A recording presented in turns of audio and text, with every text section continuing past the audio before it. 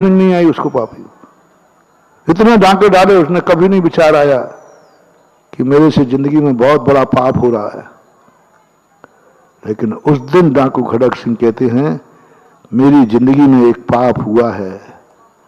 अरे पापी कह रहा है एक पाप हुआ है, तू तो पापी है ही। बोले नहीं, मुझे आज तक कभी महसूस नहीं हुआ कि मैंने पाप किया है, लेकिन जिंदगी में एक बार मुझे महसूस हुआ मैंने बहुत पाप किया है, क्योंकि मैंने साधु की कुटिया से साधु को ठगा है, साधु के माल की चोरी की है। विचार करना महावीर डाकू खड़क सिंह जैसा कहता है, क्या शिक्षा मिलती है हमें इससे।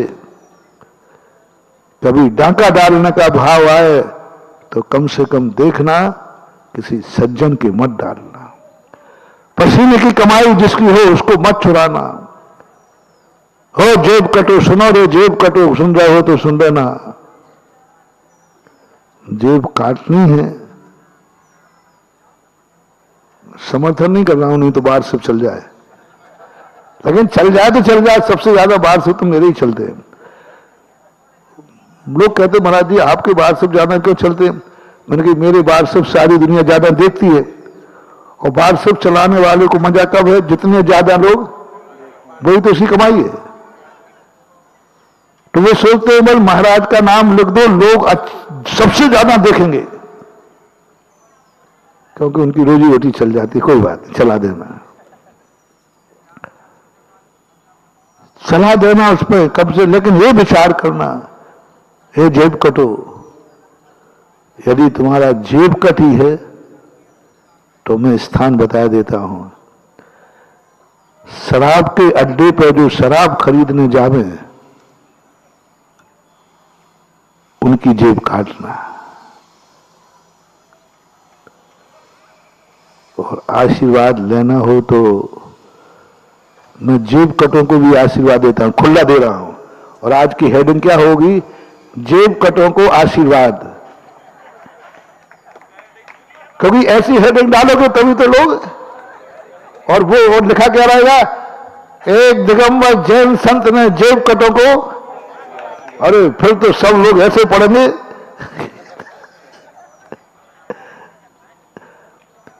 और दे रहा हूं, खुला दे रहा हूं, मेरी कोई चीज छुपी तो है ही नहीं। यदि शब्द क्या लगाया मैंने, यदि जेब काटने का मन हो रहा हो तो शराब पीने वालों की जहां शराब खरीदने गए हैं, शराब के अड्डे पे जो जा रहे हैं शराब खरीदने, उनकी जेब काट लेना।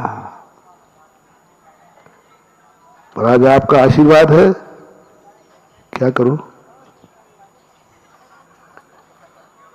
आशीर्वाद है। देखो बिना फायदे के हम आशीर्वाद देंगे नहीं। अब हमने क्या सोच लिया, महाराज जी आपने क्या मान के दे दिया आशीर्वाद, जेब कट जाएगा तो उस दिन वो शराब नहीं पी पाएगा, शराब नहीं पिएगा तो नाली में नहीं पड़ेगा, शराब नहीं पिए तो घर में बच्चों को मारेगा नहीं, पीटेगा नहीं, शराब नहीं पिएगा तो पत्नी का सिर फोटेगा नहीं। एक जेब कट को आशीर्वाद देने से कितना लाभ है।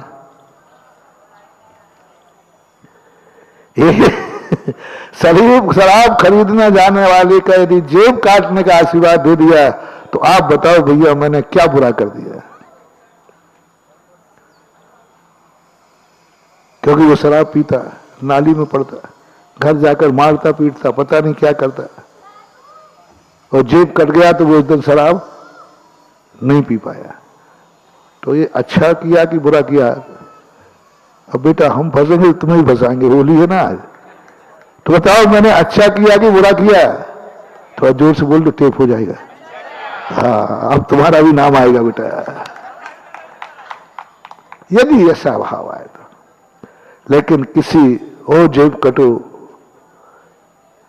देख रहे हो जेब कटो, ऐसा साधु तुम्हें मिलेगा कि जेब कट का भी आशीर्वाद देने वाला है। कम से कम तुम इतना नियम ले लो, मैं किसी धर्म सभा में जेब नहीं काटूंगा, धर्म सभा में जेब नहीं काटूंगा, जो धर्म यात्रा पे आए हैं उनका जेब नहीं काटूंगा, जो दान देने को पैसा लाए हैं मैं उनको नहीं काटूंगा, किसी तीर्थ की धर्मशाला में ठहरे हुए यात्री के यहां चोरी नहीं करूंगा, क्योंकि वो पैसा काय के लिए लाया है? धर्म के लिए। इतना ही तो कह रहा हूं, इतना ही कह रहा हूं कि बस किसी धर्म सभा में जेब मत काटना, क्योंकि यहां लोग धर्म के लिए आए हैं, धर्म के लिए लाए हैं, उनकी जेब मत काटना। ये बर्बाद कर देगा तुम्हें, सर्वनाश कर देगा। सवाल जेब काटने का नहीं है, सवाल जेब तुमने कहां और किसका काटा है। कैसे बचेंगे वे लोग? शांति धारा के लिए पैसा लाया, मंदिर में बोली लेने के लिए पैसा आया, मंदिर में जमा कराने के लिए पैसा आ गया और उसका जेब कट गया,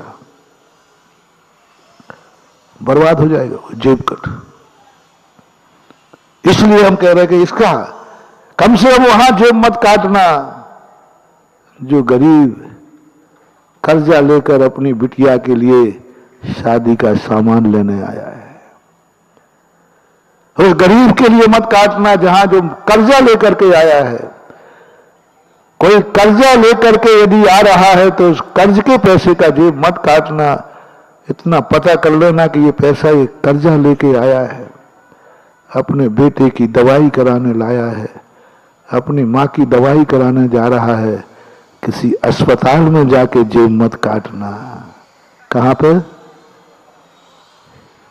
क्यों भैया बोलो? अस्पताल में वो पैसा रखे काय के लिए? दवाई के लिए।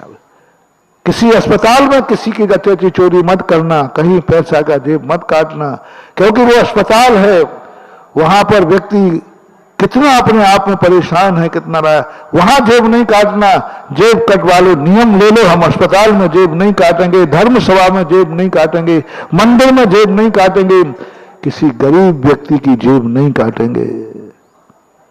इतना तो कम से कम यदि सोच लिया तो भी तुम्हारा पाप माफी के योग्य है, क्षमा के योग्य है। एक बार शायद मैंने सुनाया था कहीं, ये बड़े बड़े डाकू हुए, सागर की घटना है। सागर जेल में पूजा बुआ बंद थे, तो एक बार हम लोग यूनिवर्सिटी में थे, बुधवार को वो मिलते थे, तो हम लोग कुछ बच्चे लोग सीधे कॉलेज यूनिवर्सिटी से उतर कर वहीं पहुंच गए। पीछे से आते ना गोपालगंज की तरफ, वहां तो उससे मिले।